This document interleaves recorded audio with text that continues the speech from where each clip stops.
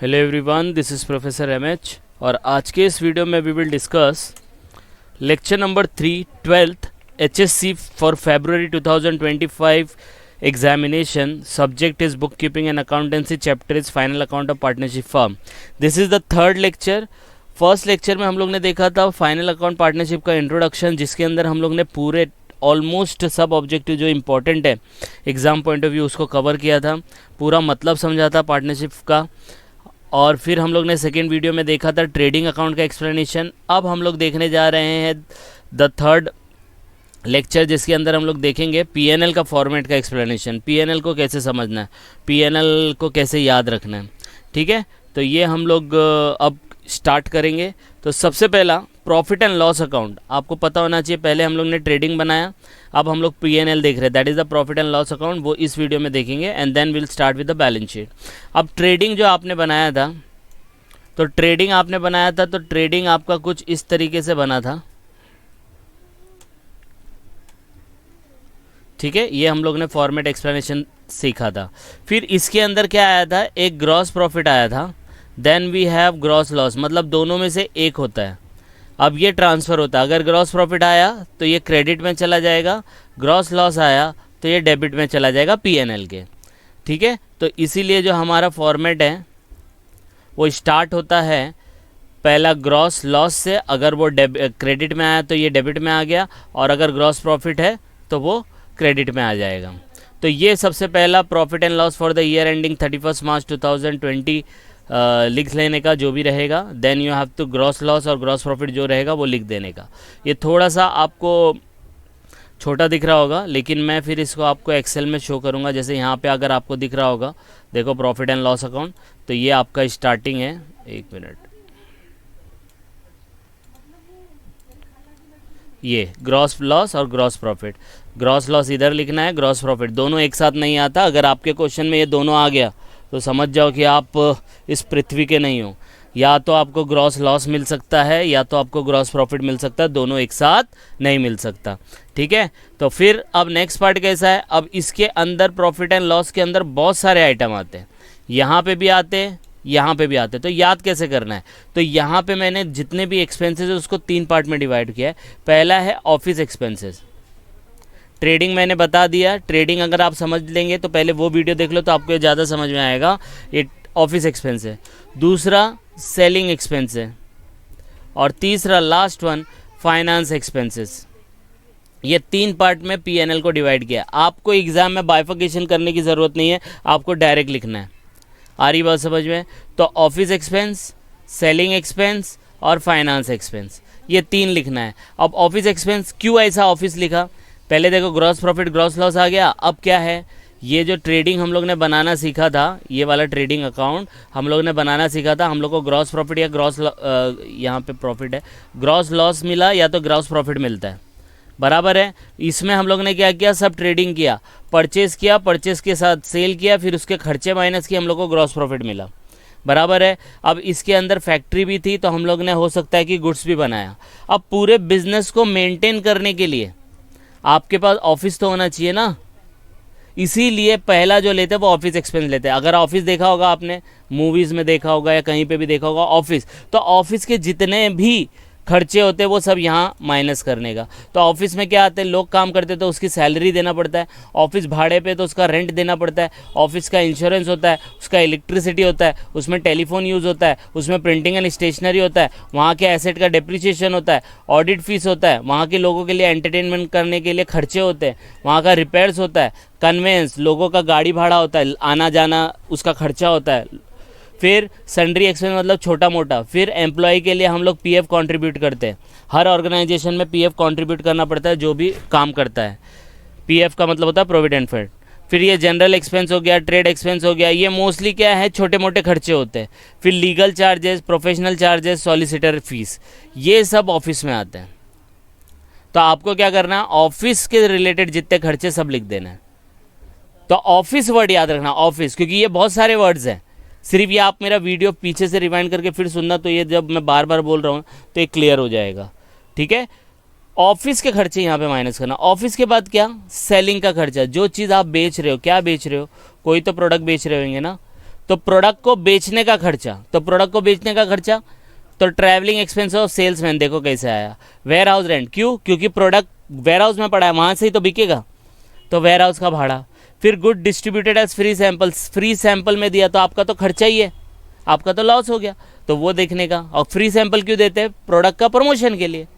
आ रही बात समझ में? प्रमोशन के लिए दे रहा है तो सेलिंग एक्सपेंस है। फिर कमीशन अलाउड और गिवन, ये वर्ड याद रखना, कमीशन अलाउड और गिवन। अलाउड मतलब देना, तो आप कमीशन कब दोगे? जब कोई आपके लिए काम करेगा। काम क्या करेगा? आपका सेल्स बढ़ा के देगा। तो कमीशन अलाउड और गिवन आपका सेलिंग का खर्चा है। फिर discount allowed, discount allowed, allowed मतलब, अलाउड का मतलब है आप दे रहे हो, तो कब दोगे? जब सामने वाला आपसे कुछ खरीदेगा तभी दोगे ना, तो डिस्काउंट अलाउड। अलाउंसेस, ये छोटा मोटा खर्चा होता है। एडवर्टीजमेंट, एडवर्टाइज करते। कैरेज आउटवर्ड, गाड़ी भाड़ा होता है। जब गुड्स है, गुड्स पड़ा है मुंबई में, अंधेरी में, अंधेरी से गुड्स जा रहा है आपका कोई भी एक जगह ले लो, समझो चर्च गेट जा रहा है, तो चर्च गेट जाने के लिए क्या वो उड़ के जाएगा? उसका गाड़ी भाड़ा लगेगा ना, उसको कैरेज आउटवर्ड बोलते हैं। सेल्स चार्जेस, ये नाम है बस। बैड डेट्स होता है, इसका एक पूरा फॉर्मेट होता है 4 लाइन का, लेकिन बैड डेट्स याद रखो, जो भी खर्चा, जो लॉस ड्यू टू कस्टमर बोले कि हम पैसा नहीं देंगे, उसको बोलते हैं बैड डेट्स। फिर एक्सपोर्ट ड्यूटी, ये बहुत इंपॉर्टेंट है, इसके आने के चांसेस है। एक्सपोर्ट ड्यूटी का मतलब होता है जब आप सेल करते हो इंडिया के बाहर, तो ये एक्सपोर्ट ड्यूटी पे करना पड़ता है, तो आपके लिए तो खर्चा ही है, तो export duty. Secondary packing charges मतलब पैक करना, पैक करोगे तभी तो प्रोडक्ट अट्रैक्टिव लगेगा, तभी तो प्रोडक्ट बिकेगा, तो सेकेंडरी पैकिंग चार्जेस, ये सब भी आपको सेलिंग में माइनस करना है। तो P&L के अंदर पहले हम लोग ने देखा ऑफिस एक्सपेंस। ऑफिस में क्या? ऑफिस में काम करते तो सैलरी, उसका रेंट, उसका इंश्योरेंस, उसका electricity, telephone, printing, depreciation and asset, audit fees. अब ये फीस है तो ये सब याद रखने का, सॉलिसिटर फीस, प्रोफेशनल फीस, ये सब इसमें आता है। लीगल चार्जेस, फिर क्या है? एंटरटेनमेंट है, रिपेयर है, कन्वेंस है, मिसलेनियस है, PF कॉन्ट्रीब्यूशन है, एक्सेट्रा। सेलिंग के अंदर जितना भी सेल्समैन से रिलेटेड है, डिलीवरी वैन का कुछ अगर कमीशन, डिलीवरी वैन का कुछ डेप्रिसिएशन आ गया तो वो भी सेलिंग में आता है, तो सेल्समैन से रिलेटेड, एडवर्टीजमेंट्स में से रिलेटेड, फिर बैड डेट से रिलेटेड, ये सब का सब सेलिंग में आएगा। फाइनेंस, अब थर्ड वाला क्या आता है? फाइनेंस। फाइनेंस का मतलब लोन इंटरेस्ट के ऊपर, लोन के ऊपर आपने इंटरेस्ट दिया, लोन लिया बिजनेस के लिए, उसके ऊपर इंटरेस्ट दिया। जो भी लॉस बाय फायर, थेफ्ट और एक्सीडेंट हुआ, आपके लिए तो लॉस है ना, तो फाइनेंशियली लॉस हो जाता है, तो इसको हम लोग ने यहाँ पे दिया। आपको ये बाइफिकेशन नहीं दिखाना है, ऑफिस का बाइफिकेशन नहीं दिखाना, सेलिंग, ये सिर्फ याद रखना यहाँ पे ऑफिस से रिलेटेड आता है, सेलिंग से रिलेटेड आता है और फाइनेंस से रिलेटेड आता है। बैंक चार्जेस हो गया, loss on sale of asset हो गया, ये सब खर्चे को आपको क्या करना पड़ेगा? ये ग्रॉस प्रॉफिट के अंदर से ये माइनस करना पड़ेगा, तब जाके आपको नेट प्रॉफिट आएगा। ये नेट प्रॉफिट आपको क्या करना पड़ेगा? ये नेट प्रॉफिट आपको क्या करना पड़ेगा? या तो कैपिटल अकाउंट या तो करंट अकाउंट में पोस्ट करना पड़ेगा। आ रही बात समझ में? तो यहाँ पे क्या करना है? डेबिट साइड में, ये डेबिट साइड है, तो डेबिट साइड में ऑफिस के खर्चे, सेलिंग के खर्चे, फाइनेंस के खर्चे। तो पहले फाइनेंस याद रख लो, ऑफिस और सेलिंग तो थोड़ा दिमाग भी लगाएंगे तो चल जाएगा। फाइनेंस में क्या? इंटरेस्ट ऑन लोन, लोन है, लोन बैंक से लेते हो तो बैंक चार्जेस, और दूसरा loss by fire, theft, accident और सेल ऑफ एसेट, ऐसे याद रखो। इंटरेस्ट ऑन लोन, लोन कहाँ से लेते हैं? बैंक, तो bank charges, interest on loan, bank charges, interest on loan, bank charge. दूसरा लॉस बाय फायर, थेफ्ट और एक्सीडेंट और by sale of asset, loss by fire, theft, accident और loss on sale of asset. तो ये finance के याद हो गए। ऑफिस के तो नॉर्मल है, ऑफिस में जो भी यूज़ होता है, क्योंकि हर कोई बंदा ऑफिस कहीं ना कहीं जाता भी रहेगा या किसी जगह काम भी किया रहेगा, है ना, और पिक्चरों में देखा होगा, मूवीज़ में देखा होगा, सीरीज़ में देखा होगा, तो वही ऑफिस से रिलेटेड जो भी खर्चा होगा वो।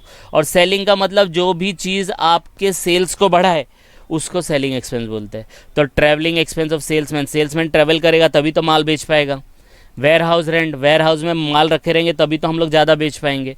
फ्री सैंपल देंगे तो प्रमोशन होगा, कमीशन देंगे तो लोग बेचेंगे आपका माल, डिस्काउंट देंगे तो ज़्यादा खरीदेंगे। अलावेंसेज है, छोटा मोटा आप खर्चा दोगे तो आपका सेल्स बढ़ेगा। एडवर्टाइज़ करोगे, गाड़ी भाड़ा दोगे, carriage outward, sale charges, bad debt, bad debts मतलब कस्टमर ने पैसे देने से इनकार दिया। वैसे बैड डेट्स है ना फाइनेंस का होता है, क्योंकि आपका फाइनेंशियल लॉस है वो, लेकिन ये सिर्फ आपको समझाने के लिए कि ऑफिस, सेलिंग और फाइनेंस ही इधर आएगा।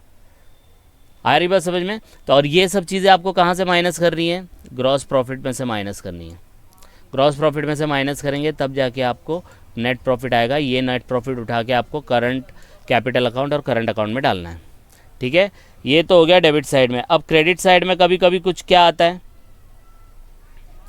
देखो क्रेडिट साइड में ये आता है कमीशन रिसीव्ड, इसको मैंने एक एब्रीवेशन फॉर्म दिया, CID करके एक सीरियल आता है, पता है आपको, CID season 2 mister P, CID season 2 mister P.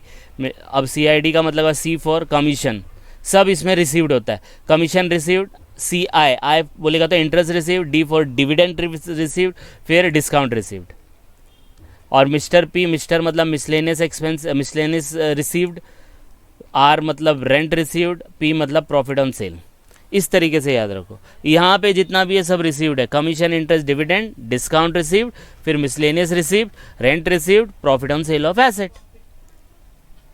इतना आ गया, ये आपका P&L का फॉर्मेट कंप्लीट हो गया। देखो यहाँ पे आपको अगर विजिबल नहीं है तो आप यहाँ से देख लो, ये ग्रॉस प्रॉफिट है, फिर हम लोग ने ऑफिस एक्सपेंसेस लिखा, ठीक है, तो ये देखो ऑफिस एक्सपेंस आ गए। ठीक है, फिर उसी के नीचे आपके सेलिंग एक्सपेंस आ जाते हैं, सेलिंग एक्सपेंस के नीचे आपके फाइनेंस एक्सपेंस आ जाते हैं, फिर नेट प्रॉफिट आता है जो कि कैपिटल या करंट अकाउंट में जाता है।